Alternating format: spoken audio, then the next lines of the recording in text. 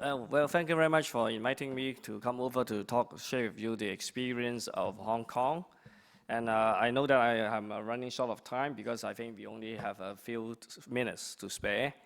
Now, first of all, I think Ricky had already mentioned very well about why we want to study density, right? First of all, because we have a growing urban population.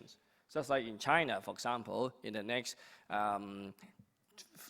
10 to 20 years or so, we will be having another 200 million people going to cities, right? So how can we accommodate them? 200 million, you know, is similar to the size of America.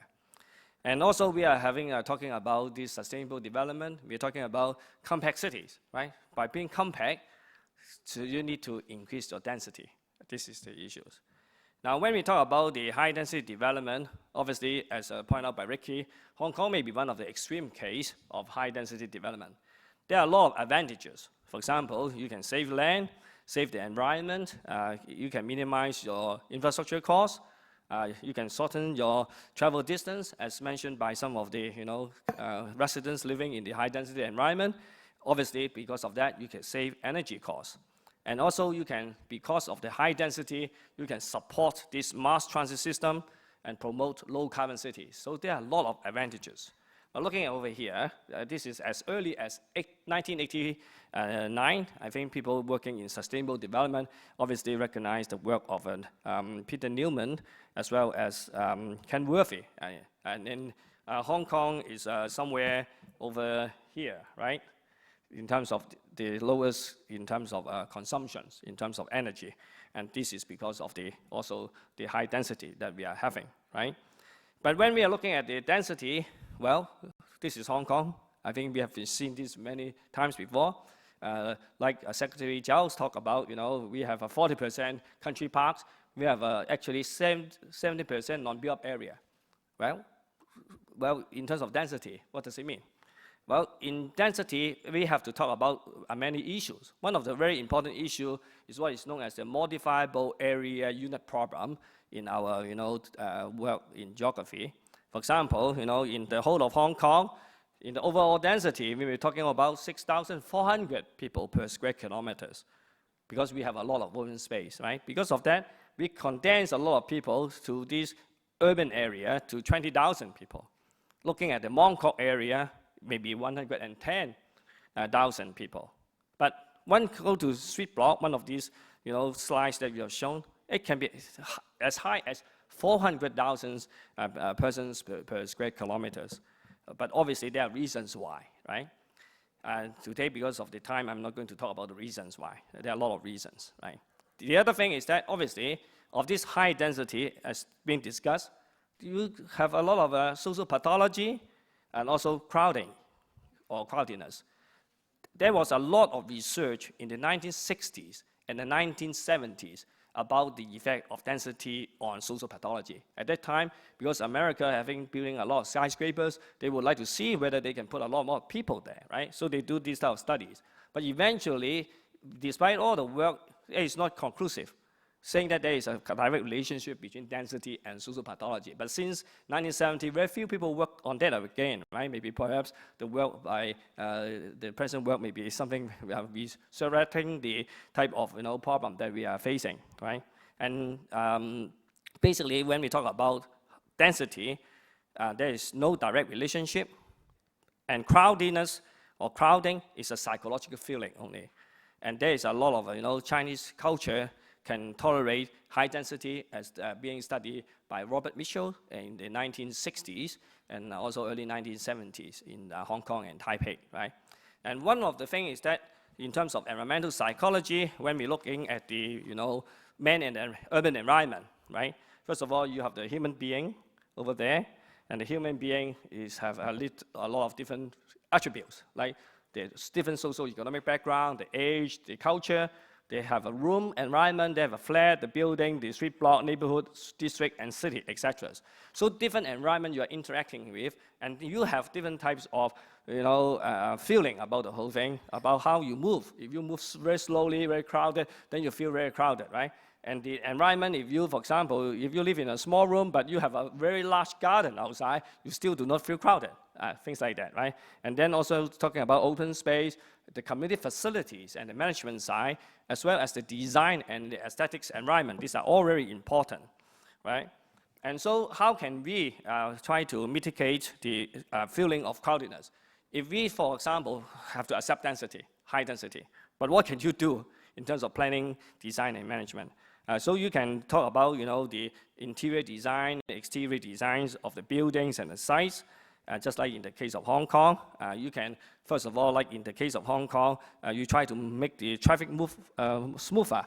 And also in the case of Hong Kong, why we have such a high percentage of people using public transport is mainly because we have so-called transport demand management. We try to curtail the number of cars. On the other hand, we provide public transport. This is the reason why we can achieve it, because it is intentional, right? It's urban management.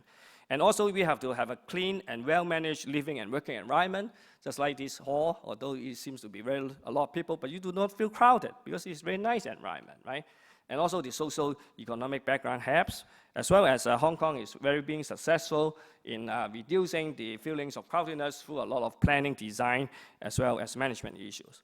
Now, look at here. Is it high density? How about this one? Is it high density, right? So when we talk about density, it's not only talking about population density, we also have to really talk about the building density as well, right? Over here in Morocco, I think this density may be only 100th of the times of the density over here. So we have to talk about, in terms of building density, right? If there's a fixed amount of floor area, you can have it higher, taller, right? I think we have already mentioned that. And then you can have this shared space so everybody can have a little bit better environment, sharing. Although you cannot afford a lot of space internally, I think space is actually affordability issue. It's not whether you have a space or not, whether you can afford it or not, right? In the case of Hong Kong, I've been talking to Professor Ho in Singapore. I say, well, in Hong Kong, our normal, a lot of average flat size is only around 200 square feet. You say, well, is that small? It's like a hotel room, right? But it usually houses a family of 4. Actually, this is already considered to be quite high in some area, right? And so this is the issue. Another very important issue is that the perception issues, right? We have done some studies about, the comparisons between, how people perceive to be a tall building or, what is tall building, right? You look here. In the case of Hong Kong, we can only say, well, anything above 60-story high, we say is very tall. But in Singapore, people only say about 50-story high. What makes the difference? Because of the environmental setting. When you're used to a very dense environment, obviously you would like, you are adjusted to it. Right? So it's an adjustment issue also involved, right? And Hong Kong has been very lucky because also we have a very nice harbor, and so somehow we can use the harbor as a briefing space, like the Central Park of New York or the Hyde Park in London. Now, I'm going to go through very quickly some of the measures in Hong Kong in reducing crowdedness. There are a lot of other examples, but I just want to highlight some of the main ones, right? For example, right, this is in a high-density environment, this is what you normally happen, right? The cars and the street and the people are trying to, fight in terms of the use of space. Now, so in the case of Hong Kong, we build up a very sophisticated pedestrian flyover, right? That you can take you actually don't have to go down to the ground to reach you from A to B. And also we do make use of high tech, like this type of travelator and the escalator, etc. And another thing that we do is what we call creating space out of limited space. For example, here you got a rooftop garden and you got a basement for car park, and so you make use of every inch of the space. And also we make use of the street. For example, this is in Central, near the electrical. The old electrical, right? This is the daytime, or during the weekday, and in the Sunday, it is all totally being used, and mainly by the overseas domestic helpers. Another thing that we are doing is to convert private space into public space. This is the Foster, the Hong Kong Bank building, right? So underneath it is supposedly to be private, but now somehow they open the space, and now it becomes a public space. And also through this type of large-scale housing projects, which I don't think you have something comparable in London or in other cities. Basically, because of the large size, then through proper design, you can have a lot of community facilities to making people feel very comfortable. And also interiorly, we can also decorate it. For example, even having a very tall ceiling and also a sort of space. This is a landmark. You are welcome to walk over. Or even Pacific Place, actually you see this type of same development because it's by the same developer. And so even inside, you feel very comfortable. And one very important thing about density management is that you really need to have really professional housing management. That makes the place clean and people live more comfortably. In a lot of cities, that is failing is because of the poor housing management, or the poor urban management, or those the same density. And also we have to talk about clean Hong Kong and also try to educate people to behave in a high density environment. Like in Japan, they are very well behaved. In Hong Kong, we have to do a lot of educations. Obviously, there is problems with the wall effect. I think we talked about that, about ventilations. But obviously, we are trying to deal with it through some sort of a better building design to foster a quality and a sustainable built environment. For example, to avoid these shake hand projects, right? In the future, we are trying to see whether we can have this type of building setback so that the distance between buildings will be better than the cases in some Shui Po where people shake hand. In the future, they cannot shake hand again, right? And then you can also have a sitting setbacks. And so the final conclusion I would like to say is that a high density living environment is more demanding than the low density living environment if you want to do it properly. It's not a lot of cities can do it successfully, and Hong Kong is one of the few examples. A small planning and management area will affect a lot of people. This is the problem, right? And a good urban environment cannot totally rely on good planning. So don't blame it all on the planner, right? We have to work together with different departments, good management, housing management, as well as educating the people, right? It's very important, right? So you need to good management as well as education. So better planning, design, and management can reduce the negative impacts of high density living. I'm not suggesting Hong Kong is the model.